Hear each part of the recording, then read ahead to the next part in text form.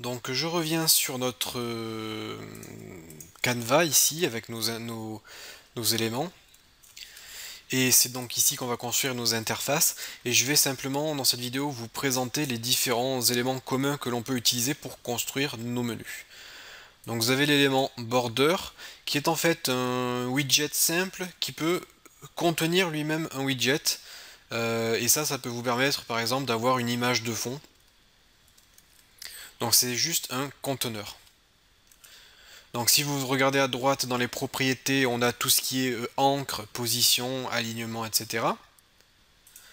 Vous avez la possibilité de gérer le contenu de ce conteneur.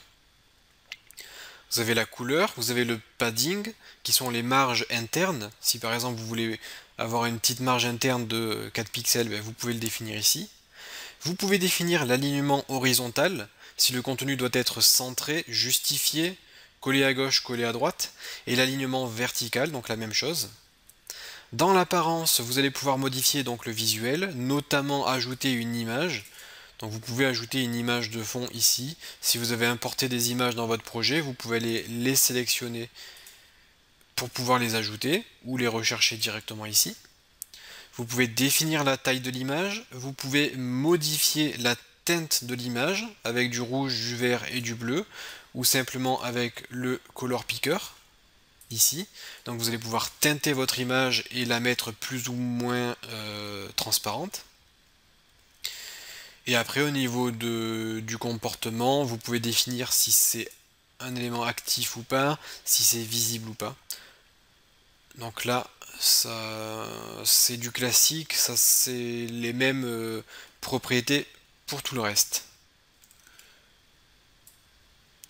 Dans les événements, vous avez quelques événements, comme par exemple button down lorsqu'on clique, button up lorsqu'on relâche le clic souris, mouse move. Donc vous pouvez détecter éventuellement les clics à l'intérieur de ce panel. Vous avez le bouton, donc ça sera l'élément que vous utiliserez le plus souvent. Donc vous allez pouvoir ici placer des boutons.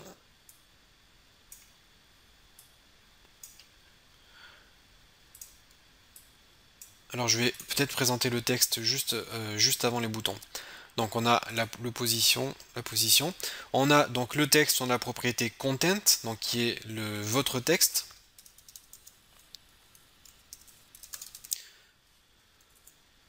Hop, je peux modifier le contenu de mon texte. Je peux modifier la couleur du texte, donc on va être quelque chose d'un petit peu plus bleu.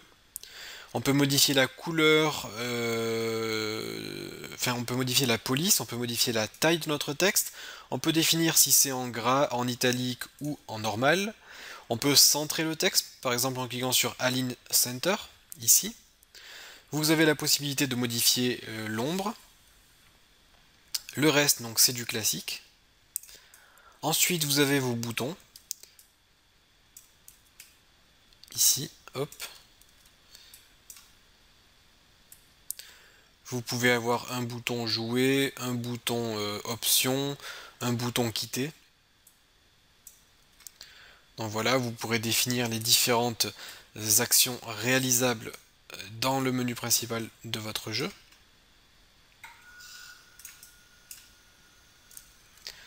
Au niveau des propriétés, donc on a la position, on a la couleur du bouton, donc le foreground et le background. On peut donc ajouter un petit texte ici, regardez, donc là j'ai pris le texte, je le fais glisser-déposer. Vous voyez mon texte est ici, je peux le placer n'importe où sur mon interface. Par contre, à partir du moment où je place le texte sur un bouton, hop, vous voyez, regardez, hop, le texte vient se greffer au centre du bouton. Il vient se positionner en tant qu'enfant du bouton, donc automatiquement. Et il prend les propriétés de votre bouton, donc là en l'occurrence la couleur que nous avons définie.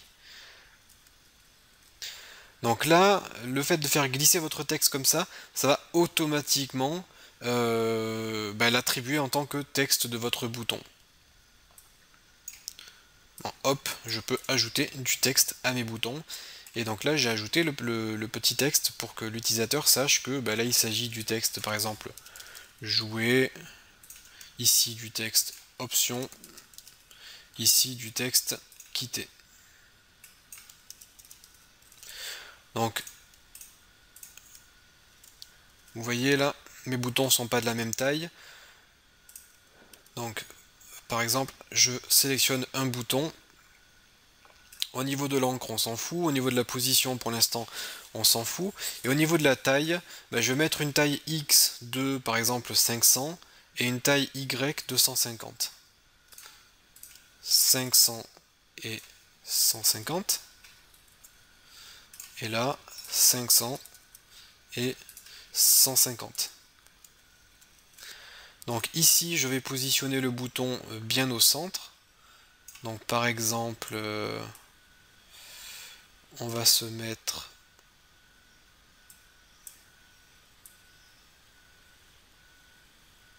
ici, voilà, donc là on est pas mal. Alors là j'ai 1, 2, 3, et là je vais mettre 1, 2, 3. Voilà, donc là on est à peu près.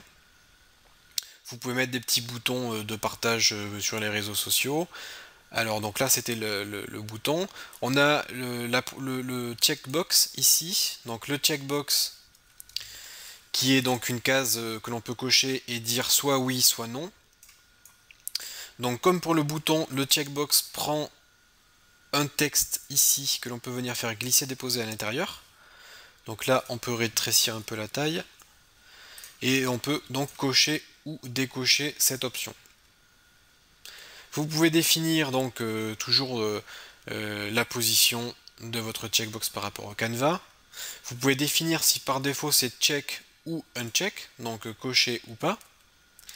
Et après, on n'a rien d'autre au niveau du comportement. On n'a rien d'autre de particulier, de différent. Vous avez donc des images.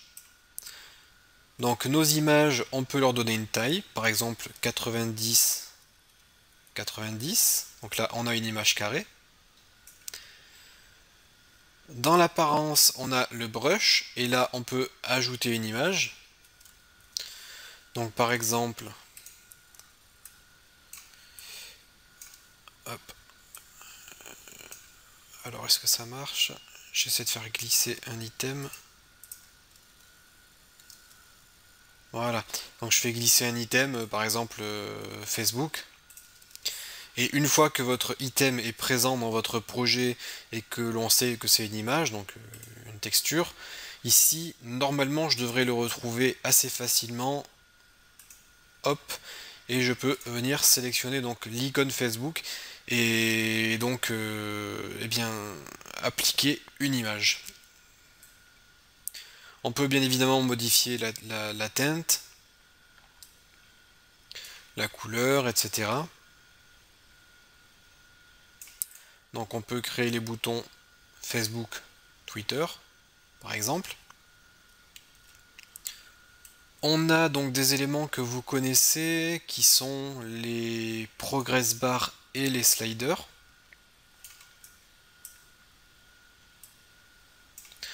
Donc la progress bar, ça sera utilisé pour, par exemple, gérer un temps de chargement. Et le slider, ça sera utilisé ici pour définir une valeur comprise entre un minimum et un maximum.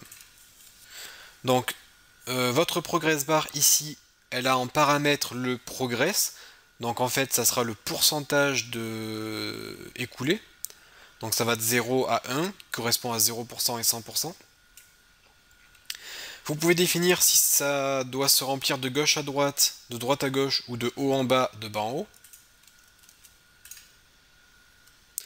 Vous pouvez définir donc l'apparence avec la couleur de votre progress bar. Et le reste, c'est du classique. Votre slider, c'est exactement pareil que la progress bar. Il prend une valeur ici. Et vous pouvez définir donc votre valeur minimale, maximale. Définir l'orientation. Si ça veut être orienté de gauche à droite, de droite à gauche, de haut en bas ou de bas en haut. Vous pouvez définir le step. Le step, c'est en fait de combien d'unités votre élément peut se déplacer. Donc par exemple, si vous voulez que des nombres entiers, 1, 2, 3, 4, 5, vous pouvez définir un step de 1. Vous avez la possibilité de modifier les couleurs des éléments.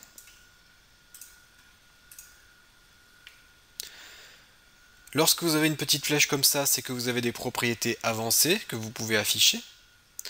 Donc là, on peut par exemple bloquer la barre. Le reste, encore une fois, c'est du classique. Donc l'élément suivant, c'est le texte, mais le texte, on l'a déjà vu. Le texte peut prendre une couleur, peut prendre une police, peut prendre un alignement, une taille de police. Donc voilà. Et ensuite, on a quoi? Donc on a par exemple le textbox. Donc ça peut être utilisé pour demander à l'utilisateur de rentrer des informations.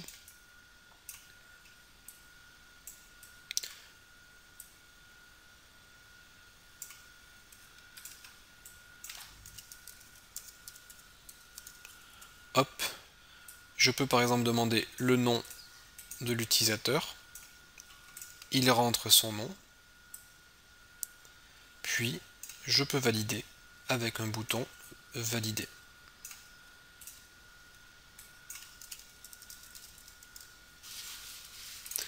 Donc ici, voilà, nous avons donc les propriétés de notre textbox. Vous pouvez mettre un contenu par défaut.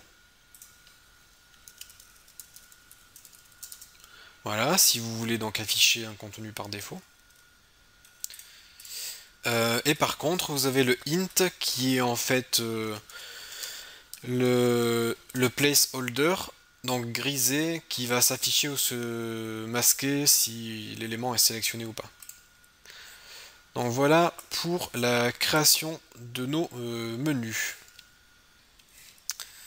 Donc vous pouvez compiler votre interface et aller dans votre jeu pour pouvoir voir votre menu. En appuyant sur Shift F1, vous pouvez faire apparaître votre curseur. Donc là, on a la possibilité d'écrire du texte, de cliquer sur les différents boutons, cocher, décocher, modifier le slider. Vous voyez, là, au survol de la souris, les petits boutons clignotent.